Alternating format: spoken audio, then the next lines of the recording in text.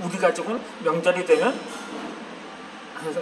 17명 모두가 한 자리에 모입니다. 내 형제가 약속이나 한 듯 각각 두 자녀를 낳고 아버님은 소천하시면 어머님이 큰형님 가족과 함께 사십니다. 그래서 명절이면 항상 큰형님 집에서 모이는데 같이 음식도 만들고 윷놀이도 하며 함께 담소를 나누기도 합니다. 늘 마음이 따뜻해지는 시간들입니다. 그런데 언제부턴가 이러한 모습이 조금씩 사라지기 시작을 했습니다.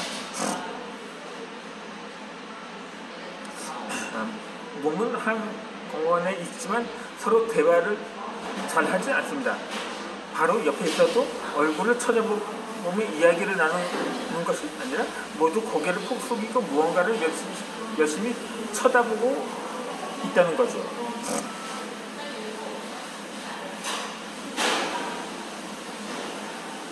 손가락을 좌우로 휘젓기도 하고 무언가로 뚫어져라 응시하기도 합니다. 그러다 갑자기 깔깔대고 웃질 않나 헐 대박 하면서 혼잣말을 중얼거리기도 합니다. 얼핏 보면 정신병자처럼 보이기도 합니다. 그런 그들의 손에는 약속이나 한 듯이 스마트폰과 태블릿 PC가 있음을 볼 수가 있습니다. 가족 중에 누군가 최근에 새로 출시된 제품을 들고 있다면 모든 시선을 거기에 쏠리고 맙니다. 비단 우리 가족만의 이야기는 아니는 것입니다. 오직하면 스마트폰 중독 예방을 위한 공약 광고가 나왔을까요? 주로 조카들이 그런 식으로 시간을 보내기는 하지만 다행인 건 나머지 식구들은 여전히 커피를 마시며 대화하는 걸 더 좋아한다는 사실입니다. 요즘에는 한두 살 먹은 아이들도 디지털 기기를 붙들고 산다고 합니다.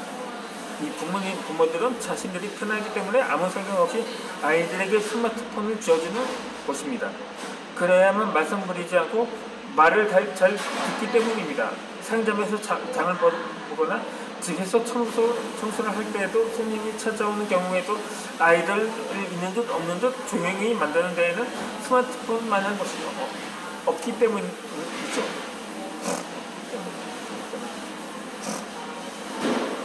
이 학생들도 100만 원을 호가하는 스마트폰을 가지고 있어야 학교에서 놀림을 당하지 않는다고 하더라고요. 최근에 한 연구에 따르면 초등학생들의 62%가 스마트폰을 가지고 있으면서 그 가운데 83%는 스마트폰이 없으면 불안하다고 답했다고 합니다. 그러다 보니까 스마트폰 투과족도 늘고 있다는 거죠. 비싼 단말기 대구가 요금은 지불하느라 수입에 비해 과도한 지출을 하는 사람들을 일컫는 말입니다.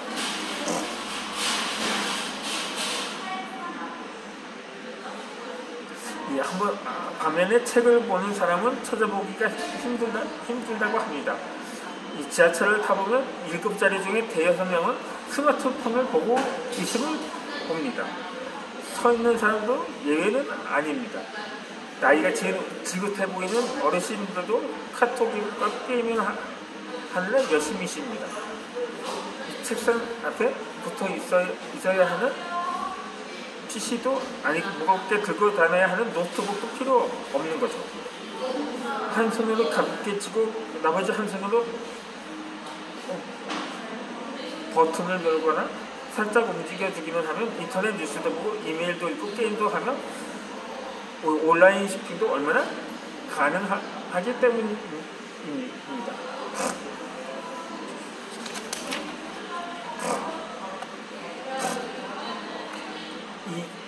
이 문명의 이기가 교회에서도 예외는 아닙니다. 요즘 예배 시간에 앉아있는 성도들을 보면 성경책이 점점 사라지고 스마트 기기들이 그 자리를 대신하고 있음을 봅니다. 대형 교회에서는 이미 성경이나 찬송가가 없어도 대형 스크린을 통해 모든 성경 구절과 찬양 가사를 보여주고 있으니 진작부터 필요 없기는 했는지도 모르죠. 하지만 요즘에는 스마트폰까지 가세해서 성경 찾아보기가 더더욱 어려워지고 있는 실정입니다.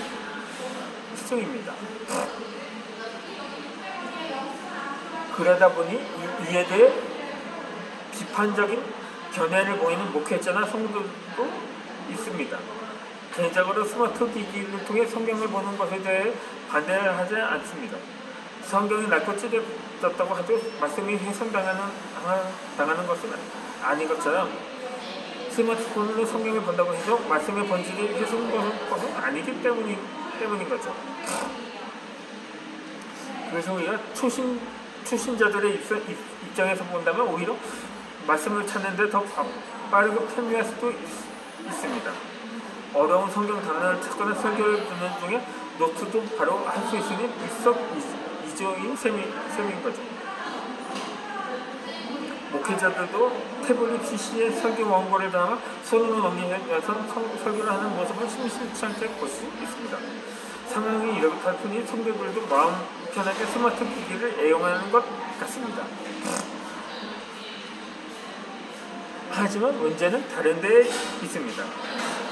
이런 시간에 스마트 기기를 사용한다고 생각해보면 찬송가 가사를 보고 성경 말씀을 읽는 것은 좋습니다. 게다가 설교 내용은 노트까지 하니 어쩌면 교회에서도 적극 권장할 만한 일입니다.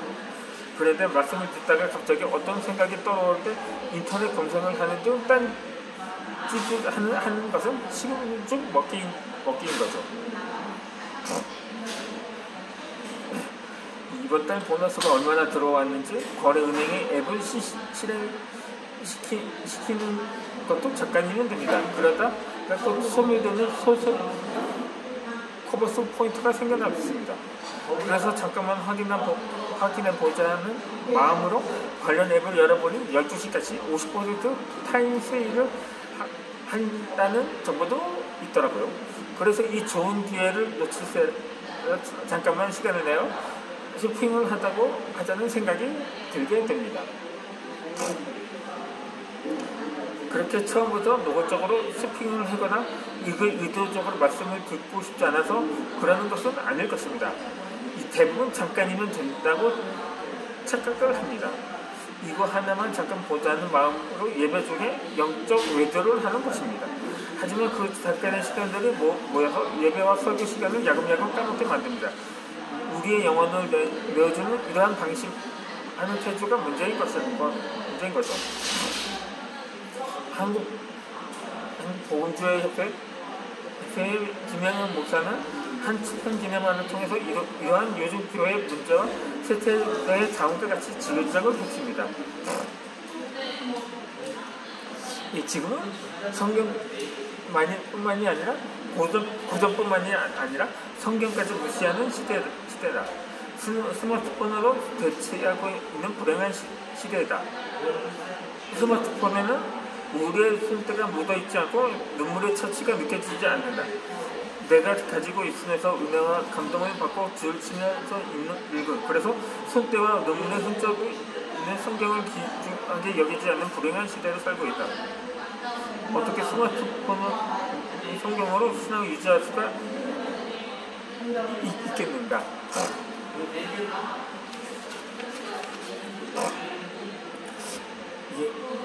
오래된 내 성경을 보면 어려운 시기를 겪으면서 말씀을 읽고 기도를 하다가 흘린 눈물 자국이 보이기도 합니다. 그러면서 하나님 앞에서 마음을 다잡는 기회가 될 수도 있습니다. 그러나 스마트 기기가 물기가 있으면 고장이 날 수도 있기 때문에 행여라도 눈물이 묻을까 조심하게 됩니다. 편리함은 있지만 감동은 없습니다. 한 번쯤은 생각해 봐야 할 일입니다. 이처럼 스마트폰을 손에서 놓지 못하는 이유는 스마트폰이 다재다능하기 때문입니다. 좀 과장을 해서 말하면 전지전능하다고 생각하는지도 모르겠습니다. 그도 그럴 것이 요즘 스마트폰을 보면 정말 못하는 게 없습니다. 사진 기능은 기본이고 서로 얼굴을 보면서도 통화를 할 수 있고 내비게이션이나 블랙박스 기능도 갖추었습니다. 게임이나 쇼핑도 이제 모바일 시대입니다. 다이어리 없이 이제는 스마트 기기의 스케줄 관리 어플에 밀려 점점 그 저치를 감추고 있습니다. 국내 대표 문구 업체인 모닝글로리가 결국 다이어리 사업에서 손을 떼기로 했다는 소식이 들릴 정도입니다.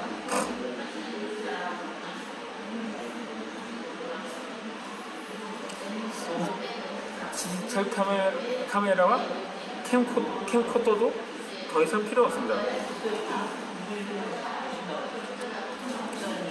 얼마 전 조카가 유치원 졸업 발표에서 보여준 영상이 있는데 대부분의 부모들이 마치 기자들처럼 스마트폰이나 들고 사진이나 동영상을 찍었습니다. 이처럼 모든 걸 스마트폰 하나로 해결할 수 있으니 편리하고 경제적이며 효율적입니다. 하지만 그에 대한 대가는 컸습니다. 먼저는 육체적으로 거북이목이라든가 목증후군이라든가 근시 약화 및 안구 건조증, 손목 터널 증후군과 같은 질병을 입원하게 됩니다. 여기에 주의력 결핍이라든가 충동 조절장애, 우울, 불안 증세 등 정신적인 문제가 발생할 수도 있다고 전문가들은 지적하고 있습니다. 그리고 더욱 무서운 건 우리의 뇌에 미치는 영향력이라고 합니다. 그 가운데 가장 대표적인 것이 바로 팝콘 브레인입니다. 이것은 첨단 디지털 기기에 익숙한 나머지 뇌가 현실의 무감각 또는 무기력해지는 현상을 말합니다. 한마디로 뇌의 기능이 저하된다는 것입니다. 전화번호를 기억하는 사람도 별로 없습니다. 기억하고 있던 전화번호만도 까먹는 게 현실입니다. 내비게이션이면 이전에는 오히려 질치게 되는 경우도 있습니다. 스마트폰 사용으로 생활은 편리해졌지만 그로 인해 우리의 육체는 점점 피폐해져가고 있는 것입니다. 기계들은 점점 스마트해지지만 사용은 오히려 더 바보가 되어가는 것 같습니다.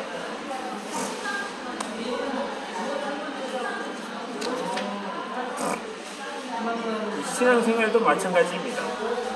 성경이나 찬송 앱과 큐티 앱도 출시된 지 오래입니다. 말씀을 읽어주기도 하고 찬양을 들을 수도 있으니 얼마나 편하고 좋은지 모릅니다. 요즘 웬만한 교회들 역시 교회 홈페이지를 넘어 모바일 홈페이지를 구축하는 것을 기본으로 생각하고 있습니다. 그 외에도 기독교 관련 서비스만을 제공하는 앱들도 지속적으로 출시되고 있습니다. 스마트 기기를 사용하여 성경을 읽고 찬송을 하며 예배를 드리는 것은 죄라고 말할 수는 없습니다. 그렇다고 적극 권장할 만한 것도 아닙니다. 그것은 전적으로 예배 드리는 자의 자유입니다. 하지만 교회는 살아있는 하나님의 공동체입니다. 성도 간에 긴밀히 유기적으로 연결되어 있으니 결코 혼자서 신앙생활을 할 수는 없습니다. 그러기에 마찬가지 행동 하나에도 다른 사람에게 덕이 되는지 늘 생각해봐야 합니다. 이 스마트 기기를 인해 하나님의 보시기에 전혀 거리낄 것이 없을 만큼 예배에만 집중하며 정말 예배 은혜를 충만하게 받을 수 있다면 문제될 것이 없습니다. 하지만 그렇지 않다면 우리는 다시 한번 이 문제에 대해서 스스로 정직하게 생각해 봐야 합니다.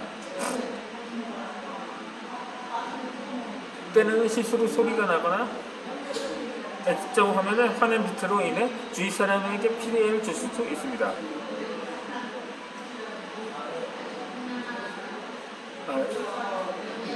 우리는